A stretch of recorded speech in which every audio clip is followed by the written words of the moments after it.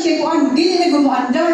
So kini lang atong pagkuan sa Ginoo kanang ampo sa Ginoo kay ingon man Sir God, whatever you ask for in my name in prayer and I will do it unto you. So I do it by faith. So kanang electric fan kanang nasa taas. Ako na siya, Lord, kanang I decree and declare nga mo, under ko na siya by the power of the blood of Jesus. Ako na sige, itrapuhan, and then I put the anointing oil. Ako gibutang good anointing oil. Kaya tini nga electric fan, mura mag-start kanang nagani sa wall fan. Ako na sige, kuan, kanang gibutang anointing oil, gihugasan na sa nako.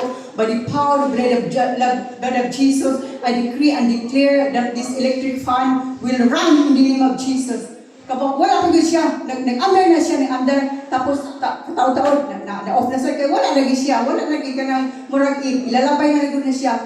But sa Ginoo ka na, He is so powerful, He is mighty God, and He is alive. So, I decree and declare na mo, under ko siya kay gipaningot nagkulor sa akong pagkuan sa akong mga client na ako, gipaningot nagkulor tabang Lord, wala electric fan. So, pag human anak ko no, to God be the glory, pag anak ni, pag una ko, sus, grabe, nagtuyok-tuyok ang electric fan, in the name of Jesus, kanang, hatod karon, nakuha na ko siya, kanang, ni-under ko siya, wala ko siya ma-off. To God be the glory, Lord, all the glory and honor belongs to you, Lord, in the mighty name of your Son, who reigns and power and glory and honor forever and ever. Amen. Thank you, Jesus.